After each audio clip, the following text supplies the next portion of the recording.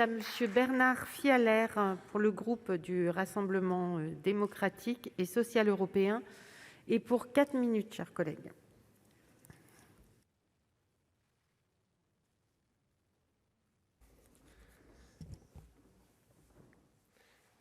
Madame la présidente, madame la ministre, madame le rapporteur, monsieur le président de la commission, mes chers collègues, je regrette, comme vous tous, que la commission mixte paritaire n'ait pu aboutir à un accord sur le projet de loi relatif au retour des biens culturels à la République du Bénin et à la République du Sénégal.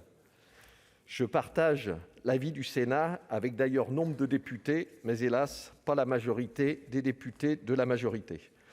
Et même si, par principe, le groupe RDSE ne vote pas les motions préalables, nous soutenons la démarche du Sénat. Nous ne nous laisserons jamais enfermer dans un simple rôle de chambre d'enregistrement de décisions prises, même avec l'avis du Quai d'Orsay et le consentement de la rue de Valois. Nous ne voulons pas davantage être tenus responsables de possibles incidents diplomatiques par un avis non conforme à une décision prise, déjà annoncée et parfois exécutée. Car si une restitution revêt bien une dimension diplomatique, le retour d'un bien culturel relève avant tout d'une réflexion culturelle. C'est pourquoi l'avis d'un Conseil national de réflexion sur la circulation et le retour de biens culturels est indispensable. Il doit recueillir des expertises en histoire de l'art, en ethnologie, comme en droit du patrimoine culturel. Ce n'est qu'après ces consultations, plus approfondies que de simples échanges entre fonctionnaires des affaires étrangères et de la culture, que des décisions politiques éclairées pourront être prises et ne pas rester de simples intuitions.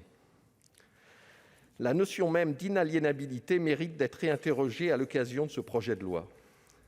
Comme l'imprescriptibilité l'a été à la lecture du livre « L'histoire, la mémoire et l'oubli » de Paul Ricoeur, auquel avait contribué notre président Emmanuel Macron, le retour d'un bien culturel n'est pas la restitution d'un bien mal acquis. Ce sont les us et coutumes d'une époque qui nous en ont rendu propriétaires. Leur retour est un don. Et le don peut être à l'inaliénabilité ce que le pardon est à l'imprescriptibilité. Il acte la légitimité de la propriété, sans quoi nous ne pouvons pas donner ce qui ne nous appartiendrait pas. C'est la dimension culturelle d'un bien qui est inaliénable. Le retour ne peut se concevoir que si les garanties de conservation et de mise en valeur sont apportées. Le retour oblige celui qui le reçoit. Et il transforme le bien en vecteur de la culture du donneur. Certains biens n'auraient jamais acquis leur valeur culturelle sans l'expertise de notre propre culture.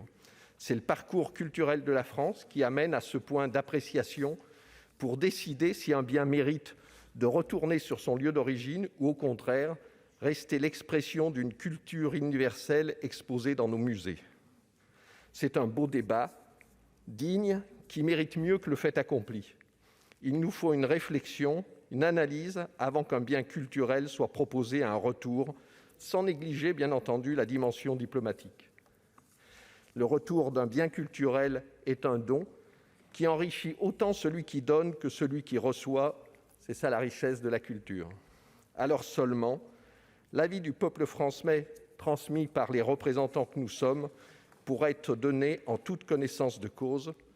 C'est le rôle que défend notre Assemblée dans ce débat pour la grandeur et le rayonnement de la France. Merci.